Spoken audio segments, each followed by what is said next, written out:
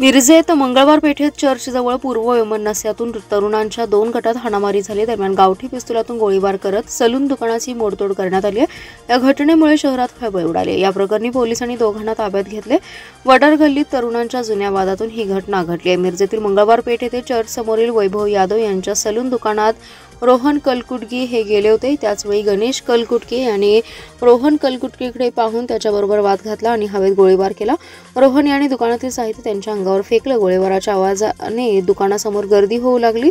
गणेश कलकुटगी याच्याबरोबर कोयता घेऊन आलेले चेतन कलकुटगी, सूरज कोरे, अमीर फौजार हे 4 जण तिथून निघून गेले। रोहन कलकुटगी यास ताब्यात घेतले। चौघांची नावे निष्पन्न झाली असून रात्री उशिरापर्यंत गुन्हे दाखल करण्याचं काम सुरू होतं।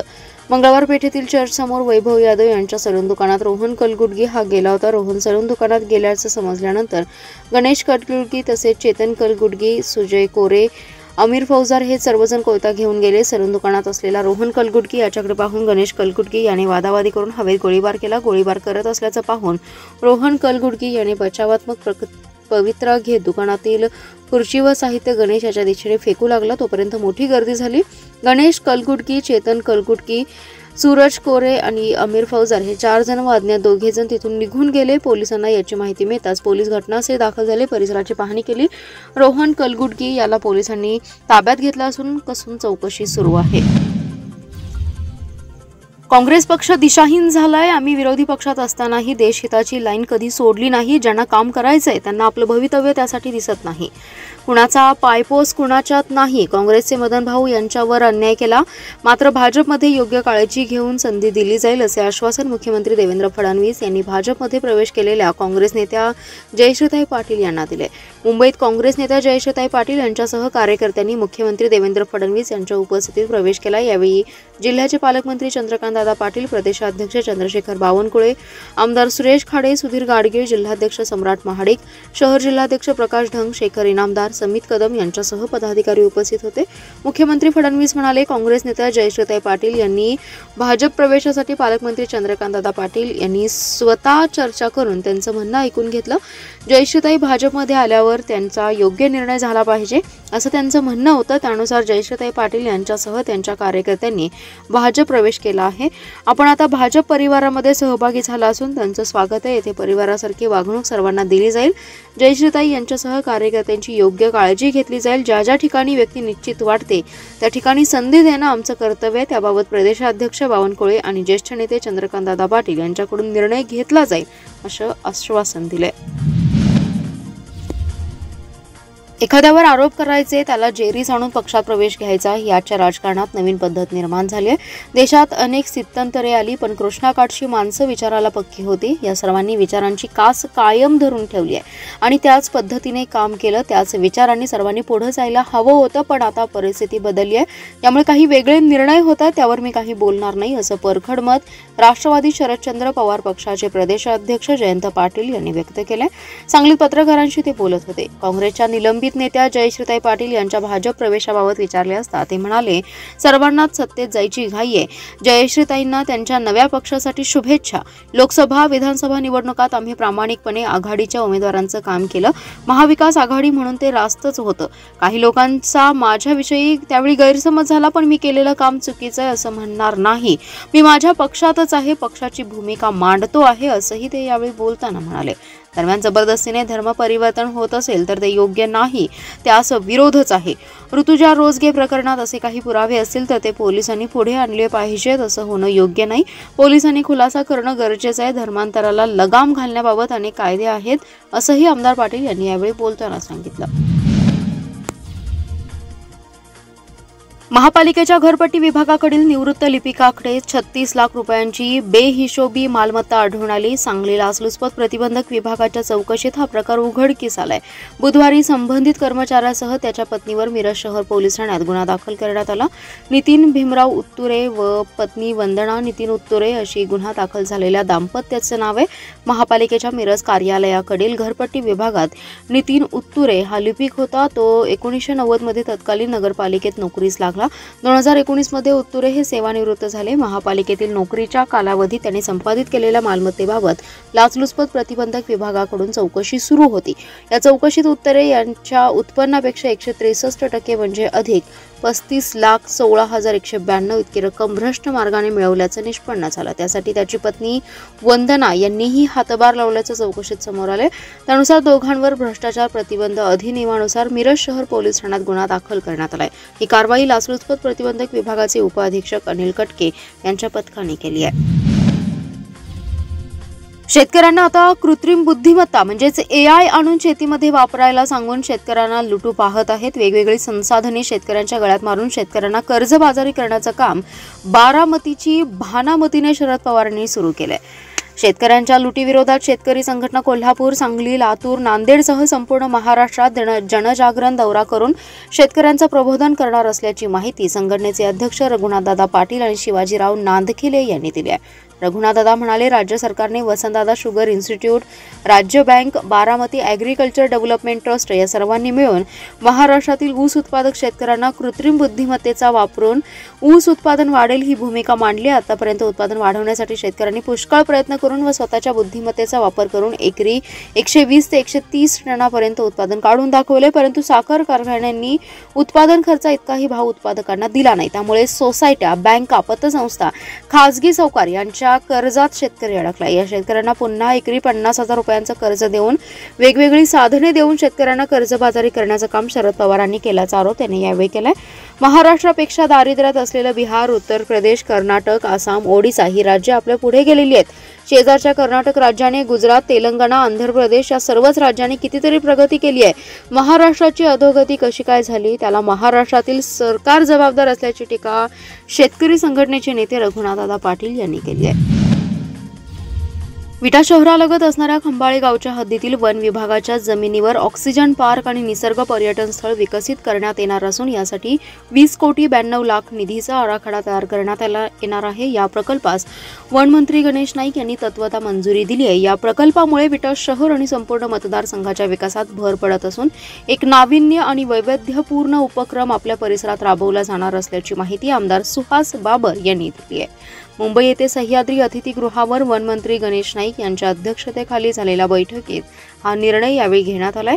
यावेळी वन विभागाचे वरिष्ठ अधिकारी उपस्थित होते। याबाबत सुहास बाबर म्हणाले, वन विभागाच्या क्षेत्रावर होणाऱ्या या निसर्ग पर्यटन स्थळ व ऑक्सिजन पार्कसाठी तयार करण्यात येणाऱ्या आराखड्यासाठी 20,92,00,000 निधीची तरतूद राज्य सरकार व जिल्हा नियोजन समितीतून करण्यात येणार आहे। हे निसर्ग पर्यटन स्थळ प्रवासी अनुरूप तयार केलं जाणार आहे। यामध्ये तयार करण्यात येणारे निसर्ग निर्वाचन केंद्र हे अद्यावत नवीन तंत्रज्ञानाचा वापर असलेले परस्पर संवादी पॅनल म्हणजेच किऑस्क असं असेल। या ठिकाणी लुप्तप्राय होणाऱ्या प्रजातीबाबत जाणीव जागृती समाविष्ट केली जाईल। या निसर्ग पर्यटन स्थळाचा आराखडा बैठकीमध्ये सुचवल्याप्रमाणे प्रकल्पासाठी आवश्यक निधी जिल्हा नियोजन समिती आणि राज्य सरकारच्या योजनेकडून प्राप्त होणार आहे आणि त्यासाठी मंत्री महोदयांनी तत्वता मान्यता दिली आहे, असंही आमदार सुहास बाबर यांनी माहिती दिली। रेयांश अवधूत पवार हा विठा येथील 6 वर्षांचा चिमुरडा। इतक्या लहान वयात त्याने जगण्यासाठी संघर्ष केलाय। एकदा नाही तर 2दा हृदयाशी संबंधित जन्मजात दोषावर मात करण्यासाठी रेयांशची हृदयाला भिडणारी ही कहाणी। योग्य वेळी योग्य लोकांची साथ मिळाली तर कुठलीही लढाई जिंकता येतं हे सांगणारे, समाजात अजूनही संवेदनशीलता जागृत आहे याची उमेद जागवणारी आहे। रेयांशचे वडील एका कापड दुकानात काम करतात तर आई गृहिणी। जन्मजात त्याला हृदयाला छिद्र असल्याचं समजलं। अवघा 1.5 महिन्यांचा असताना त्याच्यावर शस्त्रक्रिया करण्यात आली। दरम्यान जिल्हाधिकारी अशोक काकडे यांच्या उपस्थितीत फेब्रुवारी महिन्यात राष्ट्रीय बाल स्वास्थ्य कार्यक्रमाअंतर्गत इको शिबिर घेण्यात आलं। या तपासणीत रेयांशच्या हृदयाची झडप छोटी असल्याचं आढळलं। मात्र त्याची तब्येत पाहता 4 ते 5 तज्ज्ञ डॉक्टरांनी संभाव्य जोखमीमुळे हात मागे घेतलं। कारण स्पष्ट होतं, बालकाच्या जीवाला धोका।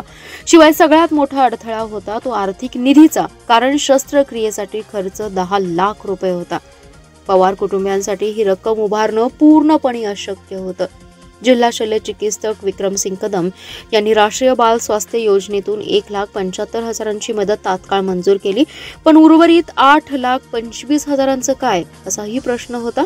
राष्ट्रीय बाल स्वास्थ्य योजनेतून शस्त्रक्रिया होऊ घातलेल्या MRR हॉस्पिटल ठाणेशी संपर्क साधून शक्य त्या सर्व मार्गाने उपचाराची रक्कम उभारण्याचं आवाहन रुग्णालय व्यवस्थापनाला केलं. या सर्वांच्या आवाहनाला MRR रुग्णालय व्यवस्थापक योगेश खाचने यांनी सकारात्मक प्रतिसाद देत यशस्वी समन्वयातून उद्योजक, व्यावसायिक आणि समाजातील दात्यांकडून 8,25,000 रुपयांचा निधी जमा करण्यात आला. विशेष म्हणजे कुटुंबाला शस्त्रक्रियेसाठी एकही रुपया खर्च करावा लागला नाही. सकाळी 8 वाजता सुरू झालेली रेयांशची शस्त्रक्रिया रात्री 9:30 वाजेपर्यंत म्हणजेच तब्बल 13 तास चालली. डॉक्टरी कौशल्यामुळे ही शस्त्रक्रिया यशस्वी झाली आहे. मागासवर्गीयांसाठी विविध महामंडळामध्ये अनेक लाभाच्या योजना आहेत. त्यांचा अभ्यास करा. योजनांचा लाभ मिळत नसेल तर त्यासाठी रस्त्यांवर उतरा, असे आवाहन माजी मंत्री लक्ष्मणराव ढोबळे यांनी आज केले. दरम्यान डॉक्टर बाबासाहेब आंबेडकर यांचे विचार डोक्यात घ्यावेत, त्यांना आयडॉल मानून अभ्यास करावा, असंही त्यांनी यावेळी बोलताना सांगितलं. राष्ट्रवादी शरदचंद्र पवार पक्षाच्या सामाजिक न्याय विभागाचा सांगलीतील भावे नाट्यगृहात आज जिल्हास्तरीय मेळावा झाला. यावेळी प्राध्यापक ढोबळे बोलत होते. प्रदेशाध्यक्ष आमदार जयंत पाटील अध्यक्षस्थानी होते. पुढे बोलताना ढोबळे म्हणाले, आजच्या पिढीने डॉक्टर बाबासाहेबांचे विचार डोक्यात घेतले पाहिजेत. बाबासाहेब आपल्या कामात रमणारे होते. जगातील सर्व पदव्या त्यांनी खिशात घातल्या होत्या. चांगुलपणाने त्यांनी विशाल सागर निर्माण केला. दुःखातही त्यांनी शिक्षणामध्ये खंड पडू दिला नाही. घटनेसारखे सामर्थ्य त्यांनी देशाला दिलं. त्यांच्यात बौद्धिक सामर्थ्य होतं. त्यांचा आदर्श डोळ्यासमोर ठेवून काम करण्याची गरज आहे. घटना चांगली पण चालवणारे चांगले नाहीत, त्यामुळे घटनेला दोष देऊ नका, असं सांगून ते म्हणाले, सामाजिक न्याय विभागाच्या वतीने विविध मंडळांकडून सवलतींच्या योजना राबवल्या जात असून याचा लाभ घ्यावा. जर त्या सवलतीपासून समाज वंचित राहत असेल तर त्यासाठी रस्त्यावर उतरलं पाहिजे, असं आवाहन त्यांनी यावेळी बोलताना केलं. मिरज पूर्व भागातील एका गावातील 66 वर्षीय व्यक्तीचा कोरोनाची लागण होऊन मृत्यू झालाय. खबरदारी म्हणून घरातील लोकांचा स्वॅब तपासणीसाठी घेण्यात येणार आहे, अशी माहिती आरोग्य विभागाकडून देण्यात आली आहे. ताप आणि खोकल्याचा त्रास होत असल्याने सांगलीतील एका खासगी रुग्णालयात रुग्णास दाखल करण्यात आलं होतं. 2-3 दिवस उपचार सुरू होते. डॉक्टरांना शंका आल्याने कोरोनाची तपासणी करण्यात आली. या तपासणीमध्ये पॉझिटिव्ह रिपोर्ट आला.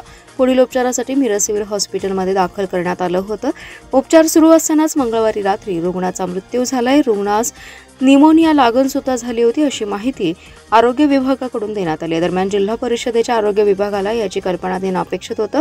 मात्र बुधवारी दुपारपर्यंत याची कोणतीच माहिती यंत्रणेला नव्हती, त्यामुळे आश्चर्य व्यक्त होते. आरोग्य विभागाचे याची गांभीर्याने दखल घेतली. आता खासगी हॉस्पिटलमध्ये कोरोनाची दाखल झालेली आणि आजाराने मृत्यू झालेल्यांची माहिती देण्याबाबतचं पत्र काढण्यात येणार आहे. कृष्णा नदीवरील कर्नाटकमधील हिप्परगी धरणाचे दरवाजे बंद केल्यानंतर त्याची फूट शिरोळपर्यंत आली आहे. राजापूर बंधाराही पाण्याखाली गेलाय. कृष्णा महापूर नियंत्रण समितीच्या पदाधिकाऱ्यांच्या ही बाब निदर्शनास आल्यानंतर त्यांनी पाटबंधारे विभागाकडे तक्रार केली होती. त्यानंतर बुधवारी हिप्परगी धरणाचे सर्व दरवाजे उघडले असून कृष्णा नदीची पाणी पातळी शिरोळपर्यंत कमी होऊ लागल्याने कृष्णा महापूर नियंत्रण समितीचे निमंत्रक सर्जेराव पाटील यांनी माहिती दिली. कृष्णा, वारणा व पंचगंगा या नद्या सध्या दुथडी भरून वाहत आहेत. पाऊस अपेक्षेपेक्षा जास्ती लवकर आल्याने आणि जास्त पडल्यामुळे नदी पात्र भरून वाहते. कोल्हापूर जिल्ह्याचे पालकमंत्री आबिटकर यांच्यासोबत जिल्हाधिकारी यांनी जाहीर केलं होतं, कोणत्याही परिस्थितीत केंद्रीय जल आयोगाच्या नियमाप्रमाणे अलमट्टी आणि हिप्परगी पाणीसाठा ठेवतील त्यावर आमचं लक्ष आहे. परंतु 15 जूनपासून ही उंची अलमट्टीने पार केली असून याकडे प्रशासनाचं का लक्ष नाही? वास्तविक प्रशासनाने यांना खडसावून सांगितलं पाहिजे. हिप्परगी धरणाचे दरवाजे पावसाळ्यात खुले ठेवायचे असतानाही ते बंद करत आहेत. मंगळवारपर्यंत धरणाचे दरवाजे बंद असल्यामुळे कृष्णा नदीतील पाण्याची फूट शिरोळ तालुक्यातील नरसोबावाडीपर्यंत आली होती. राजापूर बंधारा पाण्याखाली बुडलाय, तसेच सांगली बंधाराही पाण्याखाली गेलाय. ह्या सर्वांची कारणे म्हणजे हिप्परगी धरणात विनाकारण अडवलेलं पाणी आहे. हिप्परगी धरणाचे दरवाजे बंद केल्यामुळे सांगली व कोल्हापूर पाटबंधारे विभागाकडे 17 जून रोजी तक्रार आली होती. केंद्रीय जल आयोगानं लेखी तक्रार कृष्णापूर महापूर समितीने केली आहे. त्यानंतर बुधवार दिनांक 18 रोजी हिप्परगी धरणाचे दरवाजे उघडले असून कृष्णा नदीची शिरोळपर्यंतची पाणी पातळी उतरत आहे.